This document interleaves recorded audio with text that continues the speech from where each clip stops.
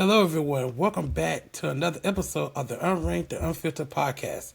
My name is DeQuavian, and I'm back with Hampton. How you doing, Hampton? Doing well. How are you? Glad to see we're in August. We're getting closer and closer to football season, which is great news. I know. I think we all ready for football season because it's been a long summer. But yeah, we're back to talk about the ACC and, of course, Notre Dame because they kind of sort of part of the ACC, which When they want to be, they'll be part of the ACC. Yeah, and other sports other than football, but yeah, because they got to collect that NBC money. But yeah, this is a continuation of our conference recap. So we're gonna start with the ACC, continue with the ACC and Notre Dame. So speaking of ACC, I think there's one team that we all have our eyes on, and that's Clemson. So do you think You think this season is Clemson versus everybody? Can I be biased here? You can. I'll let you be biased this episode only.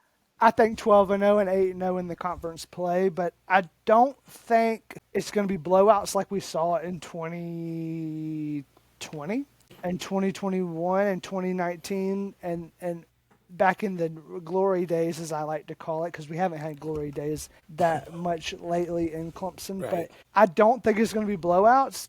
I do think it's going to be closer than the experts think. I do think some teams will put Clemson on the ropes this season. However, reviewing the schedule that they have and the teams that they play in the ACC this year, I don't see a ton of teams challenging them. I'm not necessarily buying Georgia Tech this year. I don't think they are going to make the splash that everyone thinks they're going to splash like. Yeah, a lot of people look have at the schedule, Georgia Tech. So yeah.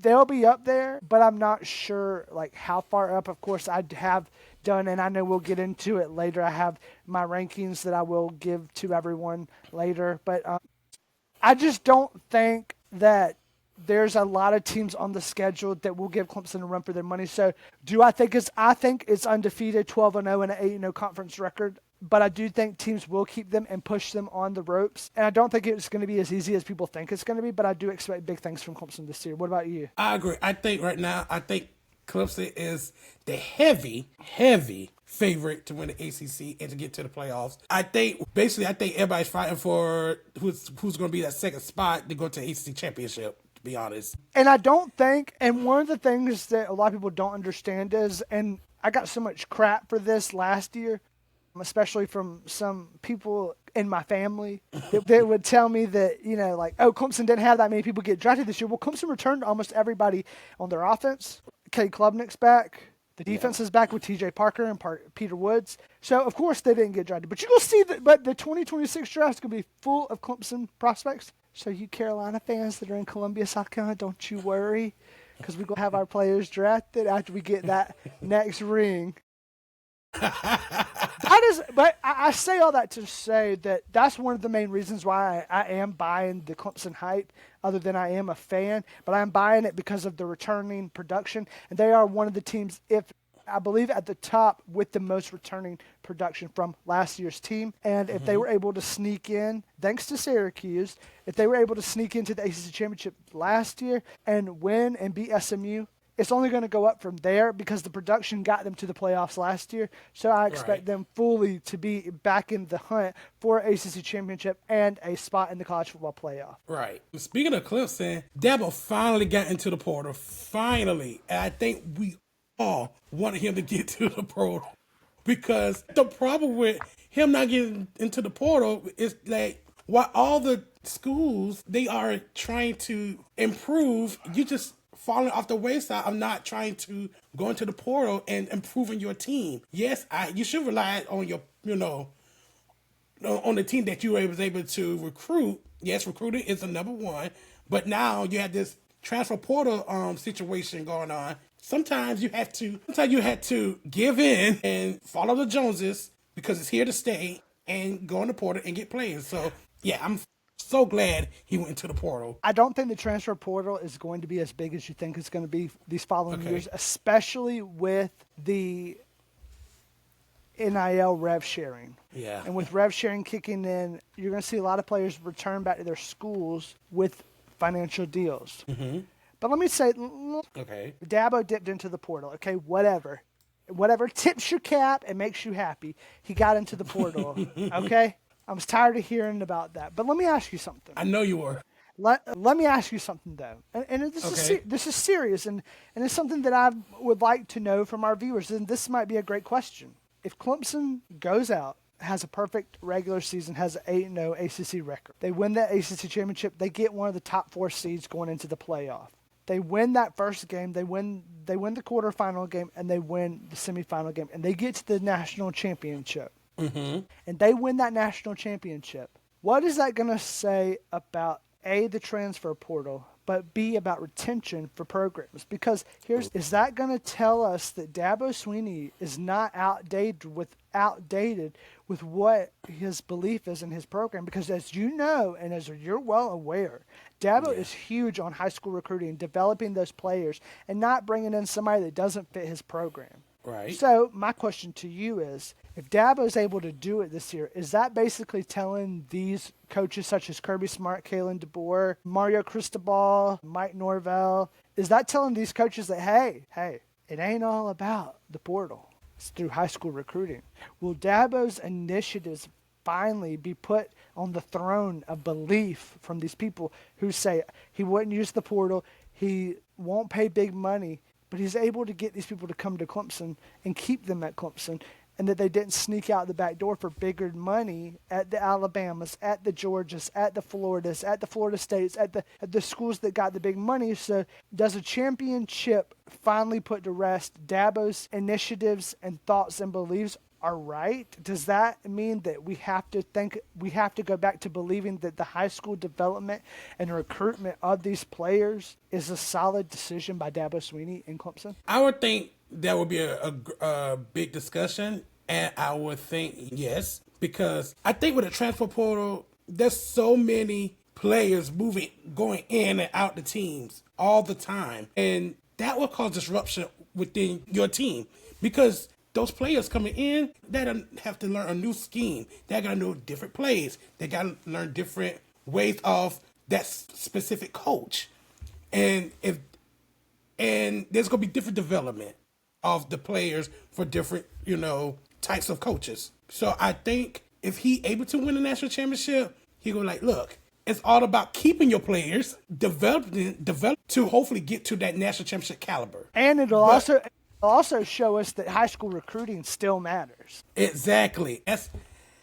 And I think of course a lot of people, a lot of teams still do that. They still do high school recruiting, but I think some teams rely on the transfer portal a little bit too much. But yes, it's gonna show that high school recruiting is the number one way to develop your players and to get to the national championship caliber team. Do you think that there are teams in the ACC right now that are too focused on the transfer portal or too focused on NIL dollars, that they're not focused on filling those other needs and positions, such as in Miami with Carson Beck coming into the ACC this year, leaving Georgia, heading to Miami? And Mario Cristobal is big for getting those big-name players, such as a Cam Ward last year, such as having Carson Beck come. But he doesn't have the weapons around them to get over that hump. So do you think there are certain teams in the ACC right this moment who are way too heavily invested in the transfer portal or the NIL dollars to get these players to Miami, that they're missing out on those other positional needs in their programs? So you have to have a leg up. I think people use the NIL and the transfer portal as a leg up for some teams who don't really have that much success as known as maybe a national championship or a championship or any conference championship. Mm-hmm. So what can you, as a coach, what can you use to kind of level up to try to compete with the teams that has won national championship in the past 5, 6, 7 years, who has won conference championships in those years as well? Because let's be real, it's been Clemson in the ACC. It's been Clemson winning the ACC championship, other than 1 year for Florida State, for the past 10 years. Correct. Around that. Right. So, as for Miami, how can you compete with that? You can't say, "Oh yeah, we won 9 games this season, and let's come to our school." They can't say we won national championship. Come to our school. They can't say that because they haven't won one in like early 2000s. So they try to use the NIL and the transfer portal as a way to bring students from other schools, aka Carson Beck, to get them to come to their school and hopefully get to that national championship team they can be. We'll see. Miami has never won an ACC championship in football. In football. Right. Because they joined in 2004, so they have never been a champion. I'm not buying Carson Beck in Miami this year. I'm not even buying them to make the playoff. I barely got them in the top 10 for my preseason rankings in the ACC. Which I think the preseason rank, I think they ranked them second. I think it was second behind Clemson. So I've got them 7-5 this season. And so interesting. I just think that, so going back to talking about how we were saying how programs need to develop the players and how it's done a really good job of that recruiting. And, he did have to dip into the portal this year, like we said. Right. But another team that I'm very interested in seeing based on what they've been doing is Georgia Tech. I think their coach is finally building the team. Mm-hmm. Now, he is in the portal a good bit, but he is building the overall body of the team. And I'm high on Georgia Tech this year, but I'm not confident, if that makes sense. I think they will be good. I think they will only lose one game this year. Okay. To Clemson, of course. Of course. I just think they're not there yet, but they're getting there. Just this past summer, not this summer, but last summer, they were flipping commits to Clemson to Georgia Tech. That's unheard of. Yes, they came into Clemson's team and took one of the defensive players that, now granted he was second string, they were coming in and getting players from Clemson. So you have to credit Brent Key and the job he's doing in Atlanta to understand that, yeah, Georgia Tech is looking like a real contender here in the next year or so once they get their full body of work. But I just am not buying the Miami hype this year. I'm not buying the Carson Beck hype this year. They don't have the weapons around him to develop. And a lot of people are going to kick me for this, but the truth of the matter is Carson Beck is an barely above average quarterback. Georgia had enough talent around him to make him look good. Kirby Smart can make any quarterback look good. And Carson Beck went down in the championship and just Carson did not look good last year to me. And I don't know what went on at Georgia, but he's in Miami now, and Mario Cristobal has a way of getting quarterbacks there, but just never getting them over the hump. I mean, look at what they had in front of them last year. They went up to Syracuse, blew it, and sent Clemson to the ACC championship. Exactly. Like, they had the game. The game was on a silver platter for them to win, and they blew it, and they didn't get to the playoff. But let me tell you something. Syracuse is a sneaky place to play. Yes, it is. In that basketball dome. Just ask Dabo about the time he went up there on that Friday night and lost. I remember that game. I watched that. I hate playing Syracuse. I hate it. And like I said, in that basketball/football dome. But I think that was Miami's time to finally get into the playoff and hopefully establish that Miami swagger they used to have back in the early 2000s. And if everybody remembers, since last season, which I think we all do, Miami could have lost about 2, 3 to 4 games. Like, they was hang on by a thread, like the end of a thread. And once you keep hanging on by a thread, that thread gonna cut off. And that what Syracuse did. And what Fran Brown say? Dabo Swinney, I got you in. Yeah, I got you in. I love that. That was so funny. But yeah, so it's interesting to see how Miami going to maneuver with the new quarterback and pay so much money. I'm not buying it. You're not buying it. I'm not buying it. Are you buying it? What are your thoughts? You haven't really said your thoughts. I'm gonna start from the beginning. I'm a little shocked that he went to Miami because we all thought he was going to the NFL. But I think in his mind that he with my injury and then I didn't play. I'm not that really high caliber quarterback. He was like, I might as well just go to Miami. I'm shocked they pay him $4.8 million? A lot of money. So, like I said, if you pay that long, you better bring in some results. And then hopefully, and they think that, okay, since he was good at Georgia, maybe he'll do well in Miami. I don't know if he will. I don't think he will. I think they'll win at least 8 games, maybe 9. I think they may barely miss the playoffs when I mean like 15th, 16th, 17th ranked team. But I don't think so. I just don't think so. I don't think they're gonna make it to the playoffs. Has Carson found his cars yet? I don't think so. It might be it might be in the Dominican Republic. It might be on the boat. Somebody put on the boat and took it to the Dominican Republic. Let me ask you, so just thinking about all that and the coaches in the ACC, thoughts on Bill Belichick as he enters year 1? You mean his couple, Bill Belichick and his boo? I'm a little shocked that they went to Matt Brown to Bill because they're kind of similar on age. No offense to age, but they went from a 73-year-old to a 73-year-old. Exactly, this the same age, and I don't know. They thought, oh, maybe he can give us the same way that he did at the Patriots. I just thought it's a little out the blue. I think they expect that he's gonna give them a decent season, like 8, 9, 10 win season. I don't think that's gonna happen. Because coaching from the NFL to college is different. It's different. It's so different. Even though there's the NIL deal and the transfer portal and all kind of craziness that goes on, it's different. He has to deal with now Dabo and Clemson, who's basically taking over the ACC. So now he's kind of like playing second fiddle right now compared to where he used to be in the Patriots, where he used to be the top man.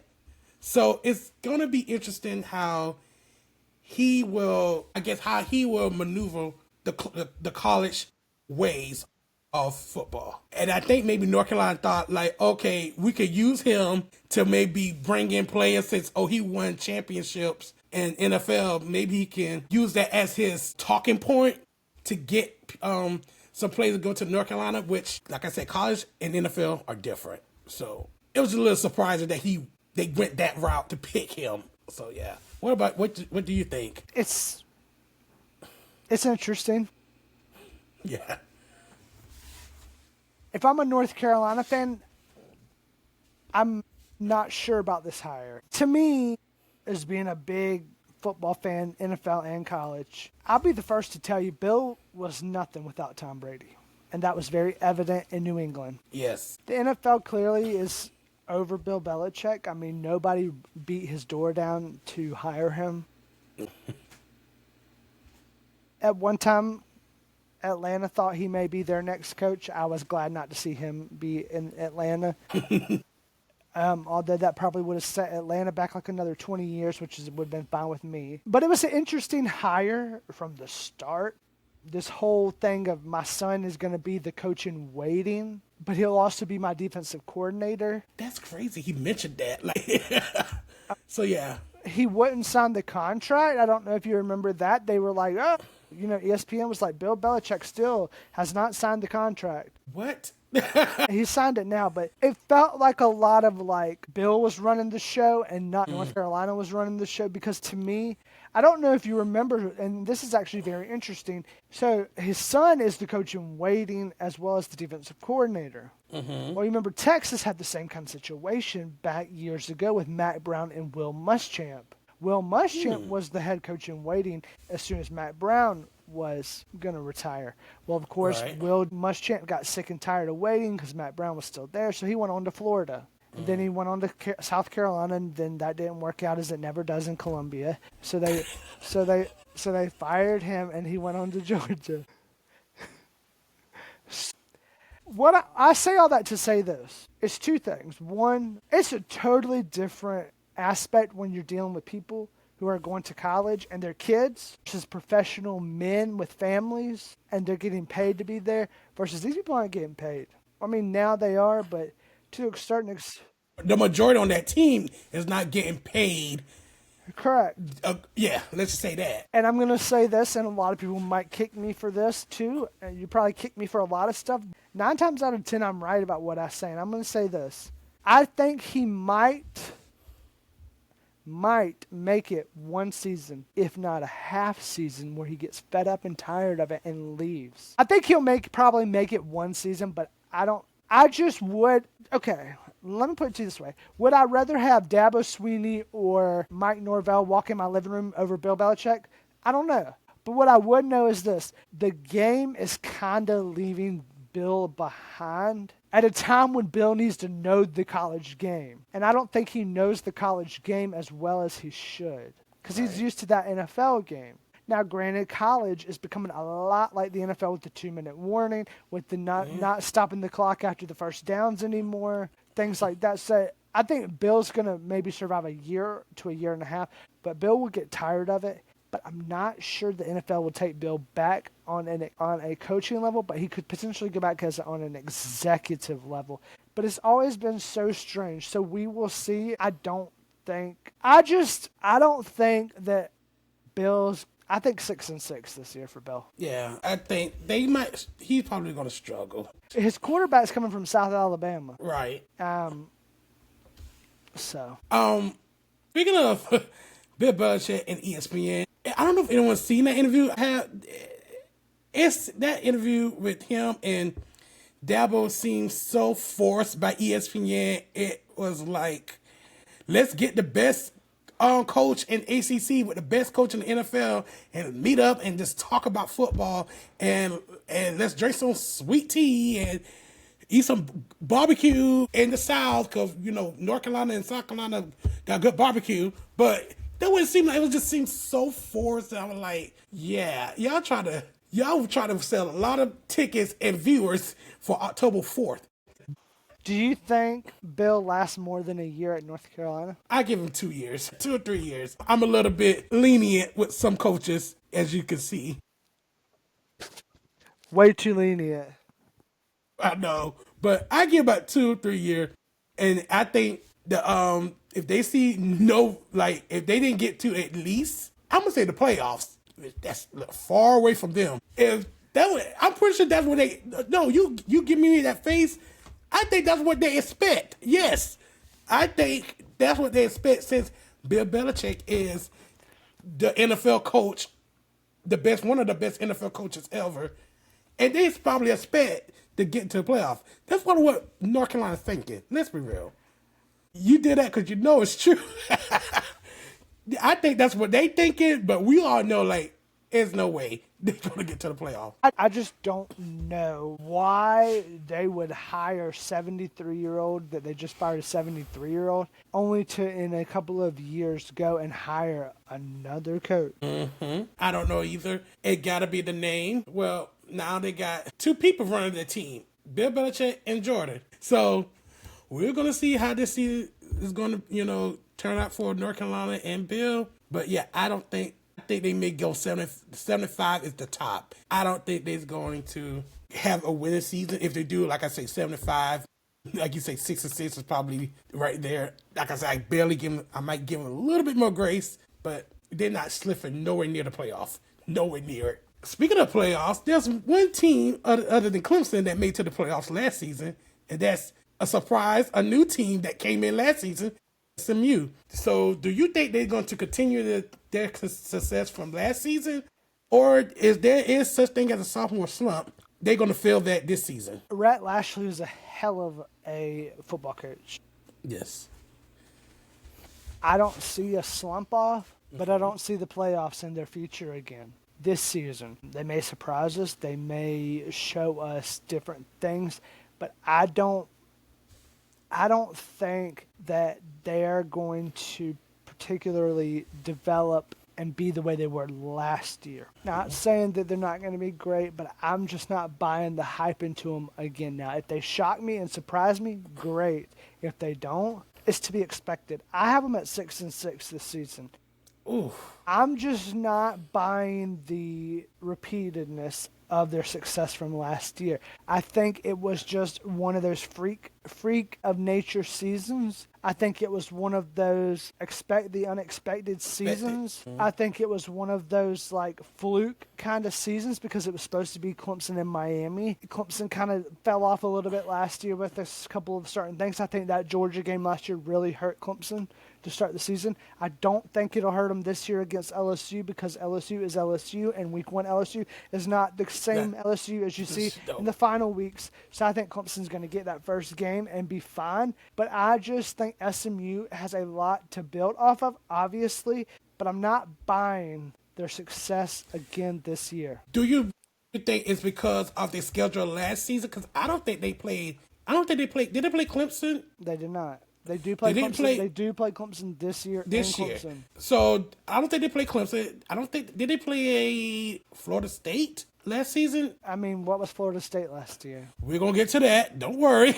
But yeah, I think they probably got lucky with the kind of like a easy schedule, I would say, because they didn't have to play Clemson, and I think that they played Florida. They played Florida. They did, okay. But I also think that it was, of course, it was a new team. When you're a new team, some people don't know how to play you, especially SMU, because I think SMU was in a Group of 5 conference before, right? And so that was an element of surprise, like, or not expecting, like, we didn't, because they don't play SMU, you know? Like, most ACC teams probably never play SMU in the past 5, 6, 7 years. So it was like an element of surprise, or we don't know what to expect. And so they came out, they took that as a advantage and ran with it and got to the playoffs. So exactly, I think, but now this is season 2 for them. Everybody know what to expect, right? Exactly. So it's gonna be hard for SMU to come with the element of surprise to repeat again. So yeah, I think they can get, if they play like their potential, like their last season, I think they may get to 8 wins, maybe, but maybe not make it to the playoffs. A lot may have to be done. I won't be surprised. You know, sometimes when you get that success, it just keeps coming and coming and coming because you're used to having the success. You want more. So exactly. So you're buying another good year for them. Decent year. Let's just say decent. When I say good, I think good's get to the playoffs. I don't know. Won't be surprised, but a decent year. Maybe 8 wins, if that. We'll see. Maybe 7, 8, 9 wins. Like I said, I'd be very. I know. You're confident. You're confident. Yeah, I'm not saying I'm confident. I know that anything can happen. Let's just say that. So I'm giving them a decent season. 7, 8 wins. Yeah. Another team, one team that desperately need a decent season is Florida State. With their 2-10 season last season. Yeah, I just think, I'm gonna be honest, I think them not getting to the playoffs just sucked the soul out of them. It's just like they just suck all the blood out of them to where they got destroyed, and they had no life in them when they played against Georgia. Now, granted, Georgia was going to whoop them anyway. Let's be real, but they did not have any life in them. Like, and then coming to the season where that started in Dublin. Let's just get that off Dublin did it in for them against Georgia Tech. Oh yeah, we're gonna get to the next season. The next season they play in Dublin. That's so even more out, and they're just like. They played in Dublin last year against Georgia Tech. Yeah, but I'm talking the season before when they played against Georgia in the bowl remember that? Then they get to the playoffs, and then they had to play Georgia. Yeah, and I say that game sucked the soul out of them for not making it to the playoffs because it was a domino effect. Not making it to the playoffs, getting destroyed by Georgia, they get destroyed by Georgia Tech for last season. And then the soul, and like I said, the blood was just draining out of them every single game. It's just like, then they had to deal with the whole quarterback situation with DJ being in the mobile home, going from East Coast to West Coast and back to East Coast and the Midwest and the Southeast and everywhere. Because he just saw mobile home all over the place. But anyway, they just could not get things going. Do you think they can get back to their winning ways? To the team, to the success they had before. Well, let me rephrase that. Not had before, as they known of. Yes, Yes, Sorry, because, and maybe being that top 2 teams, if yes, possible. because DJ Uyangala is not there. So you say they're gonna be a vast improvement since he's not there anymore. He was terrible. Yeah. He was god awful. He was trash. He was awful.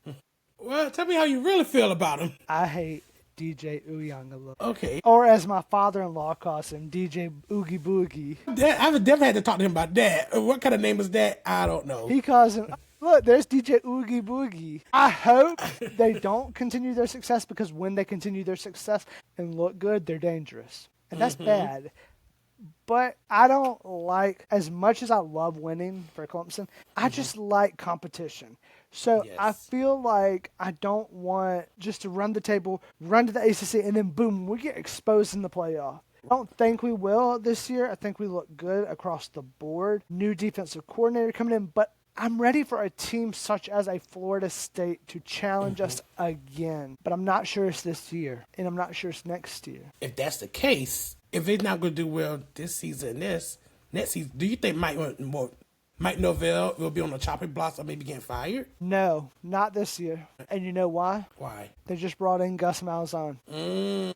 And I believe Gus Malzahn buys him another year. But if it goes so south, like a 2-10 again, yes, with the potential of Gus Malzahn. You remember, Gus is a fantastic coach. Right. He just never could get it done at Auburn. But I believe he could get it done at Florida State if Mike Norvell can't do it. And is that Florida State's plan?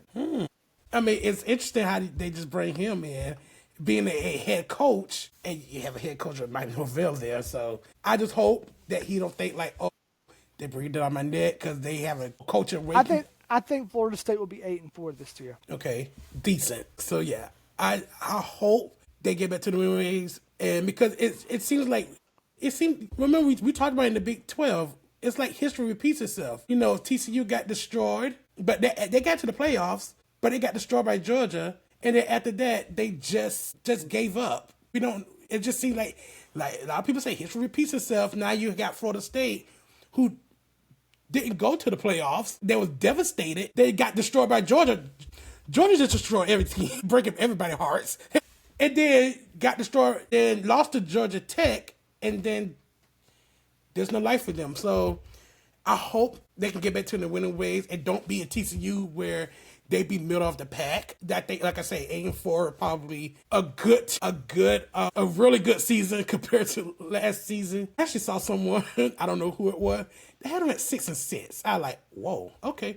Let me ask you this. Okay, let me ask you this. Speaking of Florida State and being in the middle of the pack, and we've talked about from the top to the bottom and top and the bottom and the middle and all around. But let me ask you this. What team do you think right now is going to be the worst this year in the ACC?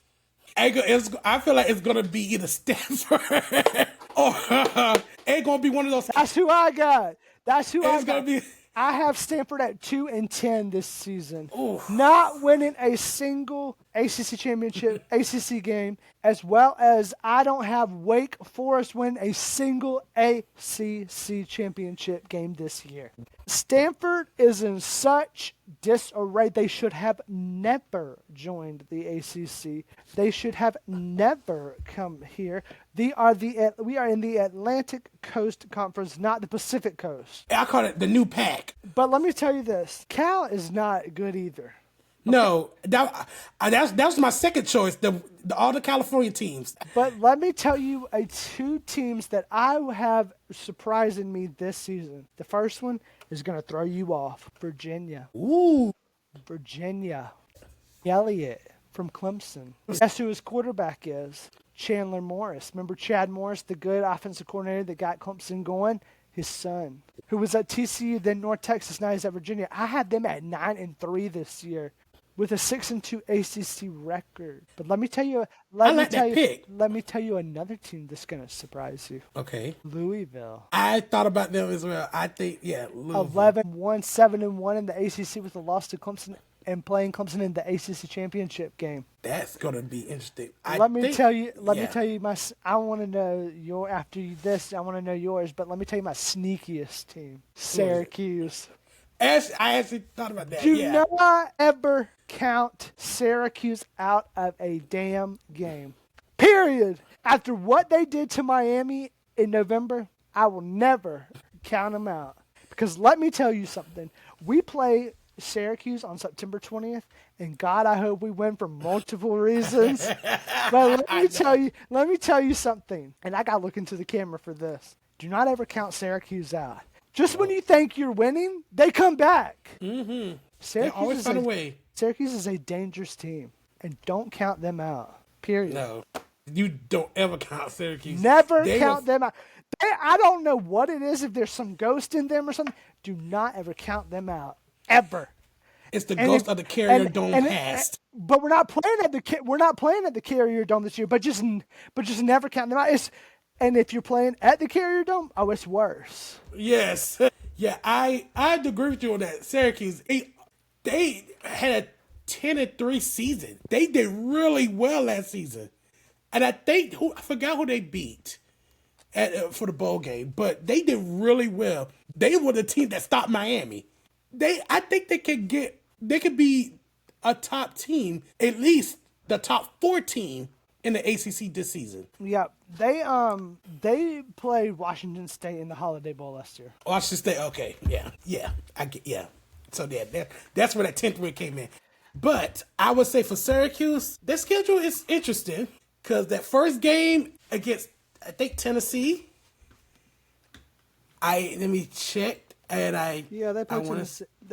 Tennessee. That's going to be an interesting game because it's kind of like those two teams that really, let's be real, in the middle of the pack of their conferences. And if they can get past Tennessee, I see them being good enough. To get the ACC play looking good. Right. That game's at 12 o'clock, so I look forward to watching that one before I watch the game of the night. Yes, that's going to be an interesting game too. But yeah, I think Syracuse, they are the team that could potentially get to the ACC championship. So we will see. And of course, since we talk about ACC, we can't forget about, even though they're not in the ACC, because they decide to take NBC money. But that's whatever. But Notre Dame made it to the national championship game, and they lost. So what do you think about Notre Dame? They'll be right back there in the hunt. Marcus Freeman done a hell of a job up in South Bend. What can you say? I mean, they'll be right back there. But thank God Clemson doesn't have to play them this year. No. Yeah. So I think they'll be right there. I think they'll be undefeated again, maybe. Maybe drop a game. Who knows? They only dropped one game, but that was a horrible game against Northern Illinois. So, and look what happened. We all thought they would not make it to the playoffs, and look what happened after that game.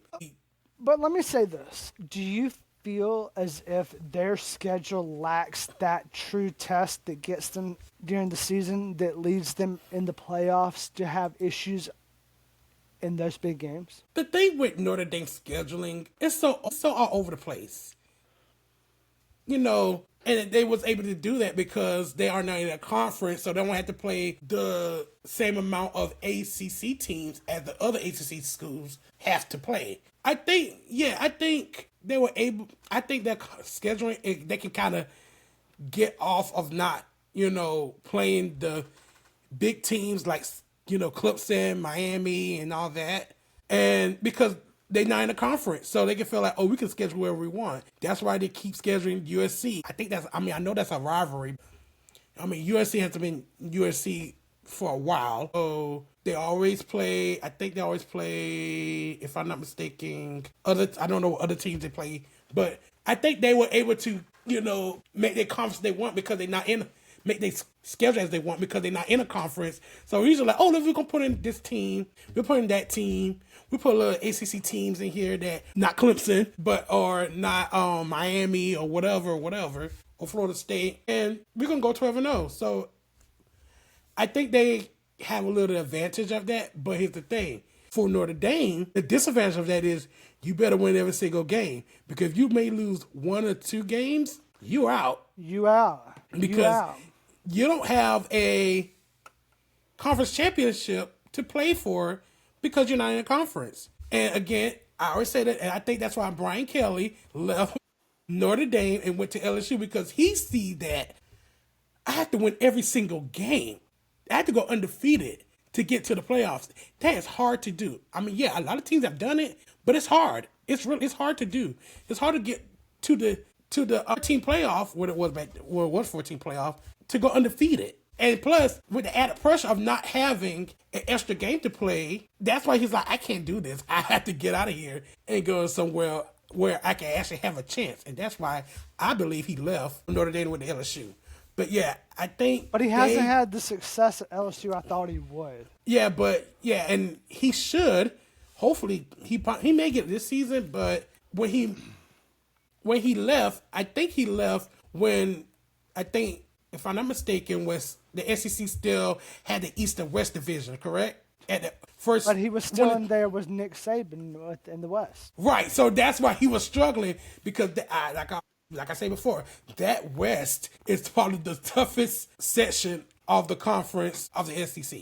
But now there's no divisions. But yeah, I think they get a little leniency of not playing a stacked ACC schedule, and they can just pick who they play, wherever teams across the country. Let me say one last thing before we wrap all this up. Okay. I've been thinking about something lately. All right. There's a team in the ACC that I feel like is going to cut ties with their coach following this season, and I think that's Virginia Tech. Yeah. And I've already got the replacement in mind for Virginia Tech. Okay. I think Virginia Tech needs to make that phone call. They need to make that phone call. They need to make that phone call who? To Shane Beamer in Columbia, South Carolina. Ooh. So you think for the right money, and they he will. And they need time to come home to Blacksburg. Look at our facilities. Look at the opportunity to build right here in Blacksburg. Because here's the thing. You're never going to get an SEC championship in Columbia, South Carolina. The NIL money is not there to compete for a championship at South Carolina. Virginia Tech needs to throw everything they have at Shane Beamer and get him and the family back to Blacksburg. Because here's the thing. Why not write your own story in Blacksburg? Your dad did it. Why can't you? Why can't the family come home to Blacksburg? Now, granted, I know thousands of people have told me, well, he was born in South Carolina. Correct, but he went to college in Blacksburg at Virginia Tech. I think if Virginia Tech lets their coach go, Brent Pry, if they let him go, I think they need to make that phone call to Shane Beamer. And I think for the right money, he goes. I really do. But we will see. But I just wanted to lay that out there as we close out the ACC. I think. What are your thoughts? I wouldn't be surprised if he does, because home was where the heart is, right? So he's been there. He probably wants to go back there because his dad. So I wouldn't be surprised if he does. I mean, that means you got to deal with them a different way or in a different team. You may not have to see him every single season. But here's the thing. Besides Clemson right now, there's nobody. That 2 spot is wide open. Right. And you have a better shot and clearer path at Virginia Tech than you do at South Carolina. That's true. I agree. And speaking of Clemson versus everybody, basically, I feel like people say this because people say that ACC is not a competitive conference because of that. What do you think about that? Because people said that it's not. It's not. Why lie? Why are we gonna lie? Exactly. I didn't expect the success that Clemson's had to occur. I mean, of course, every college football fan wants it for their team. Right. And I'll throw my hands up, and I'll be the first one to say, because I know you want to say it, and I'm just gonna say it for you. Let's give it 2014. Okay. 2021. You probably know what I'm about to say. Clemson fans have been spoiled. Yes. We have been living what I would consider the best times of Clemson football in our lives. And when Trevor Lawrence walked out the door to head to Jacksonville in the NFL draft, we had Kelly Bryant, who got us back to the playoff, but we cannot freaking win in the damn Superdome in New Orleans. We lost the championship. We lost 2 Sugar Bowls there. Don't send us to New Orleans no more. Get them out of the bayou. Exactly. Clemson fans have been spoiled. But the thing about it is, Dabo has put his foot on the gas and never let up in the ACC. Lord forgive me for what I'm about to say, because I know a lot of people are going to be mad. It's time for Clemson to leave the ACC. We're founding members, but it's time for us to leave and go to the Big Ten. Ooh, Big Ten. I would love to see Ohio State and Clemson again. You know, I've talked about that game. You know, that Woody Hayes game. You know, I was mad about that. But If you don't know about that game, just look it up, okay? But what I think is this. I think that we've been spoiled. We have expected a lot. We've had a playoff drought, but it feels good. We're coming back. But I'm worried. Following this season, I'm worried. Got a lot of questions at quarterback following this season. Yep, Cade is gone after this season. I think we'll be okay, but I'm not sure. But here's my thing. Wouldn't you think that with Cade coming up at the end of his career here at Clemson this season, and Carson Beck is going to be gone following this, kind of feels like Georgia Tech is putting their foot on the gas and coming. That's what it looks like, and I hope that's what it looks like. Like I said, I enjoy winning, but I get tired of the blowouts. You know, like, come on, let's make it competitive. Because it does. When you try to get two teams into the playoff, it doesn't look good. Because if you keep blowing out the teams and it's not competitive, you're gonna be like a Big 12. Only have one into the playoffs. But let me say this: I don't want conference championships to go away. Me either. I will be very upset if they let them get rid of those. Me too. Or if they do this crap of putting the 2 and the 3, or the 3 and the 4 team in there and letting the top 2 go as long as they're solidified into the playoff. I don't want that crap. I don't want that crap. I want the championship games. I love the championship Saturdays. Me too. I love waking up and we get the Big 10 first, or the Big 12, depending. Then we get who's in the middle. You know who's in the middle? The SEC at that 3 o'clock, and then you have that ACC at the end. I don't want to see those go away. I do not. No. And here's my thing: I think the top 2 teams from each conference should still be in. Keep it the same way. But if you know that you're worried about your players getting hurt, and you know you're solidified a spot in the playoff, then do what the NFL does in week 17 and 18. They sit their players for the playoffs. If you're worried about your players getting hurt enough that you want to toss out the championship games, then sit your players like they do in the NFL. As long as you know that they're not going to be hurt and that you're guaranteed a spot in that playoff, sit them. Why? If you don't care enough about the conference championship game and you're solidified that spot, sit your players. Because the thing about it is, if we get rid of conference championship games, then what's the point of having conferences? What's the point of playing inter-conference games? We might as well just throw them all in the bag and everybody make their own schedule and the best teams win. But here's the thing. If you have a South Carolina or you have a Georgia scheduling Delaware and Texas State and App State and a Louisiana Tech, and they're 12-0, why shouldn't they be in the playoffs? Right. They had their schedule. So to me, if you're getting rid of conference championship games, throw out the conferences right now. That whole set them out, I wonder how, if you set out the player, how that's going to affect the NIL as far as maybe contract. You are the face of that brand, right? If you set out the game, how that's going to hurt them. But I'm just thinking as a person that, you So what do you think? Okay, so if it comes to the point to where they're like, okay, conference championship, and the only reason I'm bringing this up is because I'm a Clemson fan. I'm huge into the championship games. I go to almost every one of them. I've only missed one. And that was 2021 when we played Notre Dame. I missed that one because of a wedding the previous week, that weekend, so I didn't have a chance to go. But here's the thing. Right. In your mind, if they say, okay, we're doing away with championships, the 3 and the 4 team, the 3rd and the 4th team are going to play, or the 2nd team if they're guaranteed not to make the playoff. But that number 1 seed that's there is in. What are your feelings on that? How do you feel if they go away from conference championships? Do you feel like if they go away from the conference championships that they should just get rid of all the conferences together? I love the conference championships. I like it because it's an extra game. But before you continue real quick, doesn't it feel like, okay, so rivalry week is what rivalry week is. It's just rivalry week. We love it. We're there for the fighting. We're there for the going at each other's throats. But is it just me, or do you feel the same way as just being a fan of everything? But doesn't it feel different on those, like, your way, like, I don't know what it is, but I just feel like it's. I think I know what you're talking about. I get that feeling of like, okay, conversations, and then you get up the next morning and you have that selection show at 12. Yes. And you may be dog tired from watching the ACC Championship game or the Mountain West or whatever, but you're looking forward to that playoff show. And then all day long, you may watch that, the first release of the polls, and then you may shut the TV off of that 5-hour program, which why in the hell is it 5 hours? But whatever. I think I know why, but yeah. But yeah, I know exactly what you're talking about because remember, before it was just a 14 playoff, that conference championship meant something. It meant, like, if you lose, you won't get into the playoffs when it was a 14 playoff. If you win, you may possibly get into the playoffs.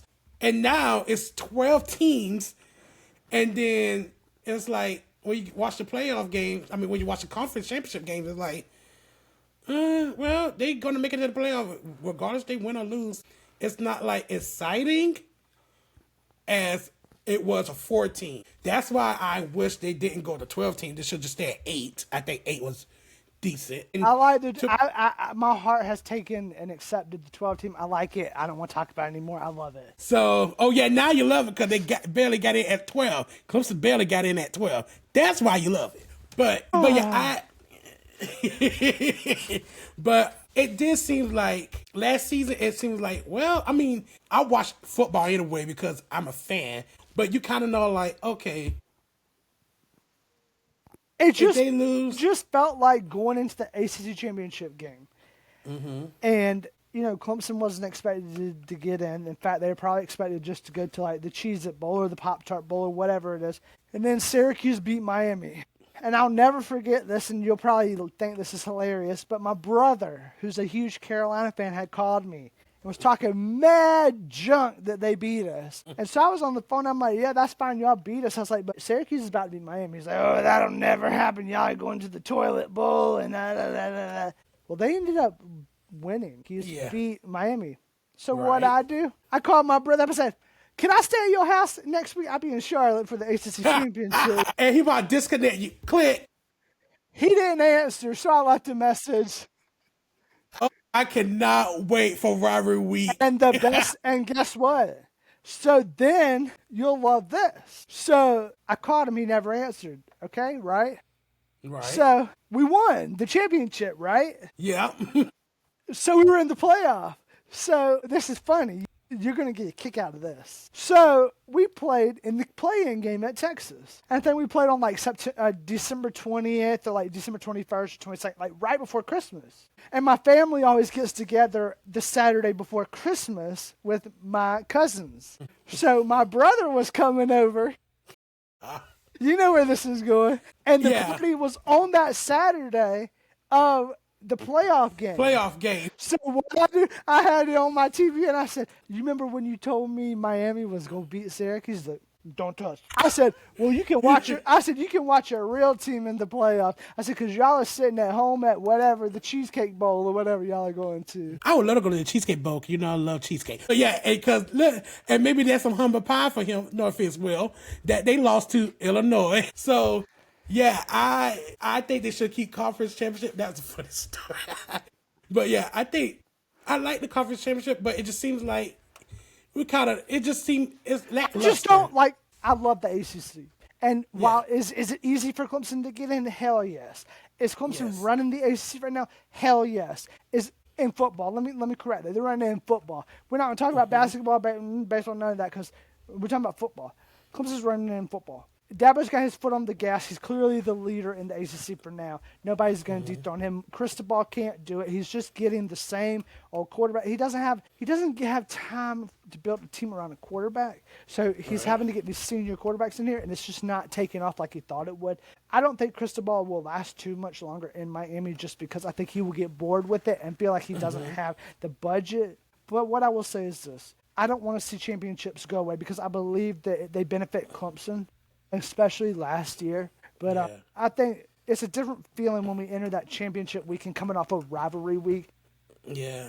I just hope they It's don't. like a letdown. Yeah, I just hope. I just hope they don't go away. Right, me too. Yeah, I love it. The extra week of football. Who don't want that? Yeah. Yeah, but before we finish up, I just want to go over the preseason rankings for the ACC. I think it's obvious who's number one, Clemson. Then number 2 was Miami. And number 3, SMU. Number 4 is Georgia Tech. Number 5 is Louisville. 6, Duke. 7, Florida State. 8, North Carolina. 9, Pitt. 10, NC State. 11, Virginia Tech. 12, Syracuse. 13, Boston College. 14, Virginia. 15, Cal. 16, Wake Forest. 17, Stanford. So so in preparation for this episode, I did my own rankings, and we got time. I'd like to read them out real quick. So, not being biased, just truth. This is just what I feel based on everything roster-wise. So, I have Clemson at 12-0 with an 8-0 record in the rankings. 2, I have Louisville at 11-1 with 7-1 ACC record. 3, Georgia Tech at 11-1 with a 7-1 record. 4, Virginia at 9-3 with a 6-2. 5, Syracuse 8-4, 6-2. 6, Free Shoes University 8-4, 6-2. He mean Florida State. Okay, Florida State. 7, Duke 8-4, 5-3. 8, Miami 7-5, 5-3. 9, SMU. That's right. 9, SMU 6-6, 4-4. 10, North Carolina 6-6, 3-5. 11, NC State 4-7, 3-5. 12, Virginia Tech 4-8, 2-6, with Shane Beamer on the way to Blacksburg. Okay. 13, Cal 4-8, 2-6. 14, Boston College 3-9, 1-7. Bill O'Brien will be out the door in Chestnut Hill. 15, Wake Forest 3-9, 0-8 in ACC play. Stanford, you're dead last because you got Frank Wright up there, and Frank Wright's sorry. And I have them at 2-10 with no wins, 0-8 in the ACC. And don't forget, there is a Notre Dame that's kind of just floating around in the ACC, but they're not in the rankings, so whatever. But yeah, I think, like I said before, it's Clemson versus everybody else, or Clemson versus the field. So can Clemson get to the national championship game? We'll see, or even the ACC championship.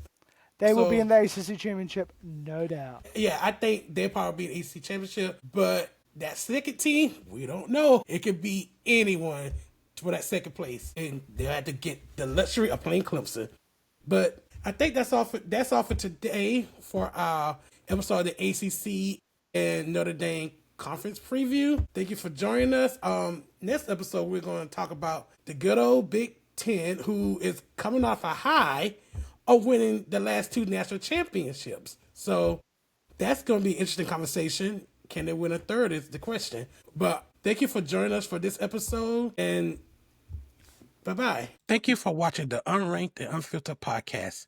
Please like and follow us on Facebook at Unranked and Unfiltered. Subscribe to our YouTube page so you will know when a new episode has been released. You can also follow us on TikTok. And if you're not able to watch our episodes, you can listen to them on Spotify. And again, thank you for watching.